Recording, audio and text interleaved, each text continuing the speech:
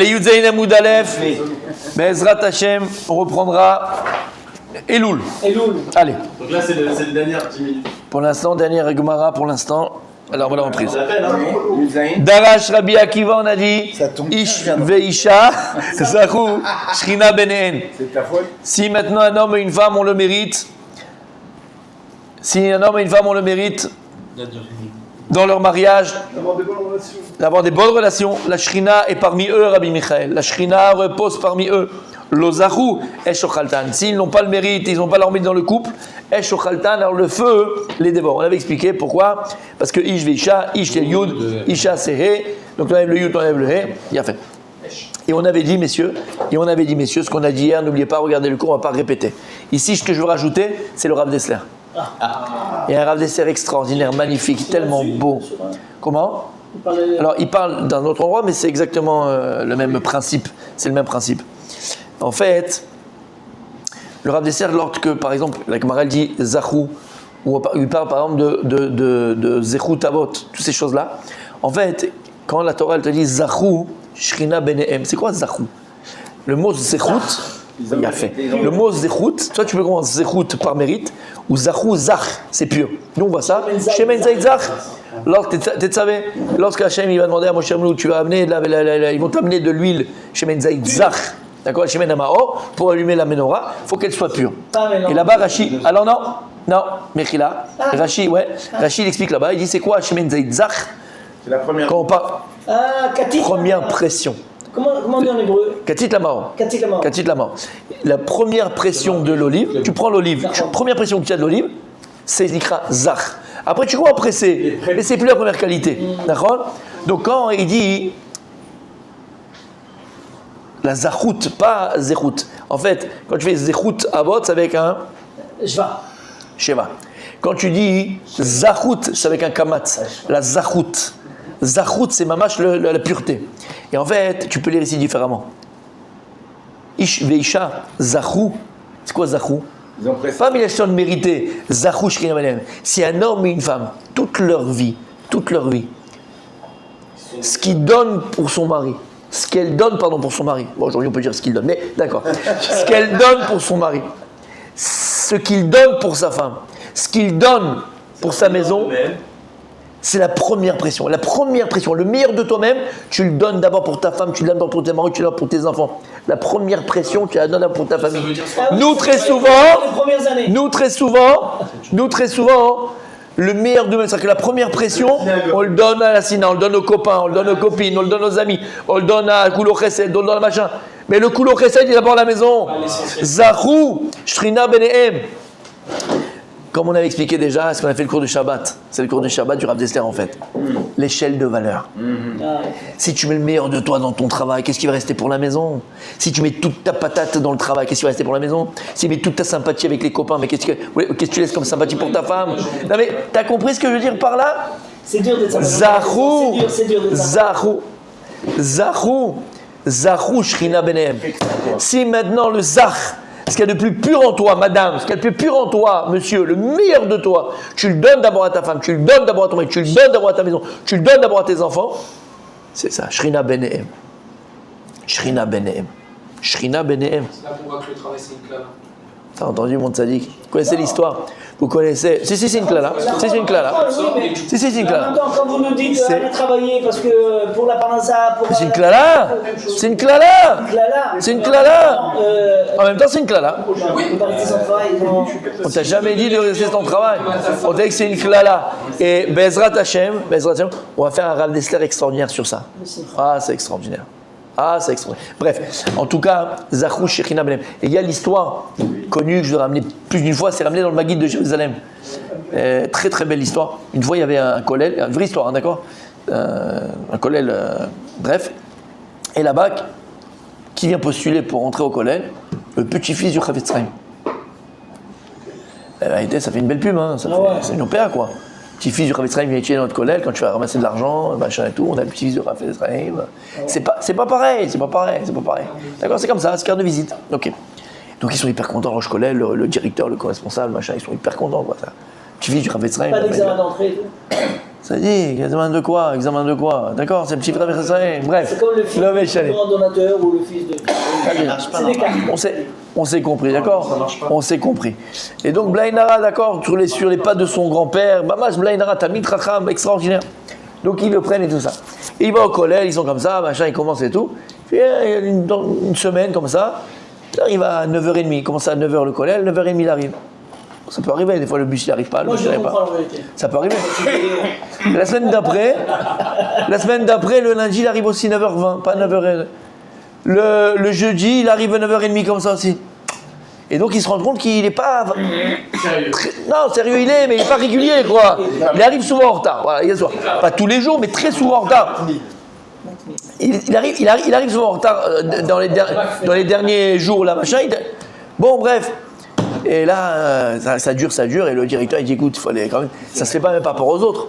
D'accord? Lui, il arrive en retard, les autres, les machins, les trucs et tout, il fallait lui parler. Je dis, écoute, ok, ben, on n'a pas le choix, je vais lui parler. Le Rosh Kollel, il y va et tout, il dit, écoute, il faut que je te parle et tout. Bon, la semaine, 1 à 2 fois dans la semaine, tu n'arrives pas à l'heure, quoi. Ça arrive une fois comme ça, c'est pas trop grave, mais là, 1 ou 2 fois, toutes les semaines, ça se répète. Ces dernières semaines, Habibi, franchement, Ça fait mauvais. toi, mais petit-fils du Rabbi Tzraïm, Habibi, tu as donné l'exemple, tu dois donner machin, tu dois truquer et tout. Et il a dit, Mechila, il dit, Mechila. Il dit, je vais vous expliquer ce qui se passe en ce moment, là, dernièrement, c'est ponctuel, mais il a dit, non, le matin, quand je viens, avant d'aller au collège, j'entends une femme comme ça. Elle dit, comment je vais faire? Il faut que je fasse le biberon à l'un, je fais le biberon à l'autre, et j'entends un enfant pleurer, machin, et tout ça. Et je peux pas la laisser comme ça. Et donc je vais l'aider. Wow. Non, le Rosh Kollel, il a dit, ah, Mechila, mais oui, petit-fils de Rabbi Tzraïm. Bevadaï ou Bevadaï, Mechila, comment j'ai pu penser une seconde que truc tordu, moi? Hein? Il a dit, mais attends, dis-nous, peut-être c'est une veuve, elle est seule, elle est divorcée, elle est machin. Nous aussi, on veut l'aider. Il a dit, non, il n'y a pas de problème, c'est ma femme. D'accord? Ça veut dire quoi? Ça veut dire quoi? Il faut prendre le moussard de ça et pas le kika oublidat de ça. Le moussard de ça, c'est que des fois, on est très, il dit, la guide de Jérusalem, on est très serviable à l'extérieur. Dès qu'on demande un service, t'es le premier. T'es un machin, t'es là. Tu vas acheter le machin, tu viens. Faire le barbecue, c'est toi. D'accord? Et il dit, le type, il rentre chez lui à la maison, il ferme la porte, c'est un lion, c'est une fauve, c'est un pourri, c'est une pourriture. Mais les premiers que tu dois aider, c'est d'abord ton épouse, d'abord tes enfants, d'abord ta famille, d'abord tes proches, d'abord très proches, comme la mise des Tzedaka. Et les gens, les Tzedaka, ils vont donner à droite, à gauche pour qu'ils ont la belle plaque et machin et tout. Tes parents, ils n'ont pas de quoi manger. Ton frère, il a peut-être pas de quoi manger. Ta propre famille, elle a peut-être pas besoin des besoins. Et tu vas faire. Pourquoi? Parce que là-bas, tu fais le beau. Parce qu'on parle de toi. Parce que tu as des flashs. Parce que. C'est Yetzirara. C'est vrai. Pareil pour aider le meilleur de toi. Zahou, Shrina Benem. Si tu donnes le meilleur de toi, il dit Rav Dessler, pour ta femme. Parce qu'une femme va te le faire. Ah, purée. Non, mais c'est vrai. Elle va te le faire payer. Elle va te le faire payer, Habibi. Si d'abord c'est les copains, si d'abord c'est les sorties avec les copains, c'est d'abord avec les machins, elle va te le faire payer. Elle va te le faire payer. Et rappelez-vous ce qu'on avait dit dans Sota, Yud Gimel. Vous vous rappelez ce que la Gemara elle dit? Non? Esh Ochla. Vous vous rappelez? Que si y a Znout dans une maison ou Kaz dans une maison. Vous vous rappelez la Gemara Yud Gimel? Si Chadesham, c'est comme un verre dans un fruit qui va le pourrir. Vous vous rappelez ou pas? Et la Gemara elle dit, et c'est plus rapide que si c'est la femme. Si Rachel, la femme, celle qui fait znout, celle qui va à droite à gauche, ou bien qui est kassanite, qui est nerveuse et qui crie tout le temps la journée, le feu, c'est le même. C'est un homme ou une femme. Mais le feu de la femme, il est encore plus dévorant que le feu de l'homme. Ah oui, ça c'est sûr. Plus dévorant que le feu. Yud Gimel, on avait vu. Tu te rappelles moi? Yud Gimel à Moudalef ou Bet, je ne me rappelle plus. Avec le Nachon, Yud Gimel à Moudbet. Et c'est pas pour rien, messieurs, que c'est Rabbi Akiva. Qui c'est qui nous donne cette dracha? Qui c'est qui parle? Darash Rabbi Akiva. C'est Rabbi Akiva qui parle. Avelama. Pourquoi Rabbi Akiva? Le plus grand exemple de Shalom Bayit. Et de comment se comporter avec son épouse. Ben voilà, il est parti de la maison 24 ans. Il n'a pas eu de problème. Le plus grand exemple de Shalom Bayit, c'est Rabbi Akiva. Mais pourquoi Rabbi Akiva? Avant de partir pour avoir 24 ans. Rabbi Akiva, il a épousé qui? Rachel. Rachel, la fille de Kalba Savoie. Son père a déshérité. Son père l'a déshérité. Parce que pour sa fille Rachel, il avait prévu de la marier avec le fils du Rav Rachid l'Israël et de machin. Pas avec un pekno. C'était un pekno, entre guillemets. C'était un ignorant, c'était un maharetz. C'était un berger. Il n'avait aucune noblesse, entre guillemets. Fils de converti. Rabbi Akiva. Son père Yosef, c'était un converti. C'était un converti, son père. Aujourd'hui, comment on voit? Non, attention, parce que le grand-père. Fils de converti, pareil. On va donner ma fille avec un fils de converti, ma fille avec un berger, ma fille avec un maharetz. Elle, Rachel, elle a vu chez Rabbi Akiva. Elle a vu chez Rabbi Akiva le potentiel, les midot qu'il avait. Il avait des midot tovot. Et quelqu'un qui a des midot tovot, t'inquiète pas, s'il rentre dans la Torah, ça serait une bombe atomique. Au point de mordre les chachamim. Au point de mordre les chachamim. Parce que plus il avait ça, plus en vérité la Torah, elle l'appelait. Plus tu ressens ça, plus ta place, elle est dans la Torah. Midot tovot. Midot tovot. C'était l'argument de Rabbeinu avec Hachem, quand il a dit Amor, Oref. Mordre quelqu'un, c'est pas. Un Geshoref. De quoi? Parce qu'il a dit en fait que chez Oref, ok, ils sont durs, mais ils vont être durs aussi pour la Torah, pour te servir, exactement. Exactement. Et Rabbi Akiva, c'est l'exemple de Shlombaït. Lama, c'est l'exemple de Shlombaït. Lama. Quand il était marié avec Rachel, vous savez qu'il y a une expression en français qui dit on était sous la paille. On est sur la paille. Vous connaissez cette expression? Chez l'Oneda, on ne connaît pas. Mais on est sur la paille. Lama. La Gemara, dans cette sourate, elle raconte que Rabbi Nedarim aussi, que Rabbi Akiva et Rachel, ils n'avaient pas d'argent. Ils ne savaient pas quoi manger. Oui, ils dormaient. Sur la paille. Et avec quoi ils se réchauffaient? Sur la paille. Comme une fois, ils étaient dans une grange. Ils étaient sur la paille en train de dormir. Et au petit matin, comme ça, quelqu'un qui tape à la porte.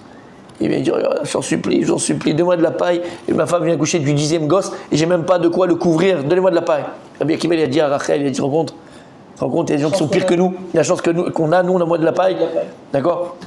La camarade racontait, lorsqu'il dormait comme ça sur la paille, vous savez que dans les granges, il y a des petits espaces. Vous voyez les petits espaces? Dans les petits espaces, il y a un peu la lumière du soleil qui rentre comme ça. Et la camarade raconte que Rabbi Akiva et Rachel, ils étaient donc allongés, mari et femme, et au petit matin, ils se sont levés. Et Rachel, en dormant, elle avait de la paille qui rentrait sur sa chevelure. Alors Rabbi Akiva, qu'est-ce qu'il a fait comme un gentleman? Il lui a enlevé. Comme c'est romantique. Il lui a enlevé la paille qui était sur ses cheveux. Et il a dit à sa femme, il lui a dit, chérie, sache que si un jour Akadosh Baruch Hu, il me donne la richesse, je t'achèterai le plus beau bijou qui existe dans le monde. C'est quoi? C'était le collier de Jérusalem. C'était le collier de Jérusalem. Et Rabbi Akiva, il a tenu sa promesse. Lorsqu'il est venu très très riche, il a tenu parole. C'est pas qu'il a promis, simplement à Rachel, c'est qu'il a accompli sa parole et il lui a acheté. La Midrash, il raconte l'histoire de la femme de Rabban Gamliel. Rabban Gamliel, c'était le Nassi d'Israël. Et une fois, la femme de Rabban Gamliel, elle était comme ça au chouk. Elle a rencontré Rachel avec le collier de Jérusalem. Quand il était déjà très riche, il a acheté tout à sa femme. Et quand elle est rentrée à la maison, la femme de Rabban Gamliel, elle a dit, mais regarde comment Rabbi Akiva, il gâte sa femme. Il a acheté le Zava chez les Rouchalaï, et tatati, tatata. Il lui a dit, écoute, toi, tu n'as pas vécu ce que elle a vécu pour la Torah. Comme ça, il a répondu à sa femme. Elle a vécu pour la Torah des choses qu'aucune femme n'a pu vivre parce qu'elle était dans la mendiant Michlal, mendiant, pour que son mari puisse étudier la Torah. Elle mérite ce collier, elle est à Jérusalem. Donc, qui plus que Rabbi Akiva peut nous donner cette dracha Zachou Shrina Bener?